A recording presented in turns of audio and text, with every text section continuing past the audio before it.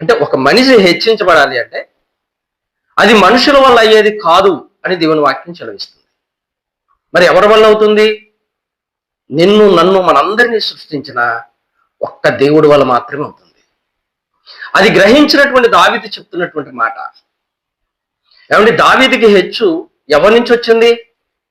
అన్నదమ్ముల నుంచి వచ్చిందా? తల్లిదండ్రుల నుంచి వచ్చిందా? లేదా మనుషుల నుంచి వచ్చిందా? కాదు కాదు, కేవలము దేవుడి నుంచి వచ్చింది. అలాగే మనం చూస్తే అబ్రహామును కూడా మనం చూడొచ్చు. అబ్రహాముకు హెచ్చు ఎక్కడి నుంచి వచ్చింది? ఏమండి? దేవుని మాట వినటాన్ని బట్టి వచ్చింది. దేవుడు ఏది చెప్పాడో అది చేయటాన్ని బట్టి వచ్చింది. ప్రియులారా, నీవు కూడా హెచ్చించబడాలి, ఆశీర్వదించబడాలి అని ఆలోచిస్తూ ఉన్నావా? అయితే మనుషుల చేతుల వైపు, మనుషుల మాటల్లోనూ నువ్వు చిక్కుబడిపోకు.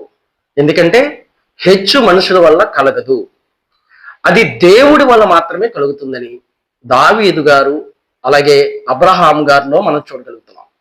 అంచేత దేవుని మీద ఆనుకోవటాన్ని బట్టి, దేవుని మాట వినటాన్ని బట్టి, దేవుని యొద్దకు రావటాన్ని బట్టి, దేవుడు చెప్పింది చేయటాన్ని బట్టి మాత్రమే ఒక మనిషి హెచ్చించబడతాడని దేవుని వాక్యంలో చూస్తున్నాం.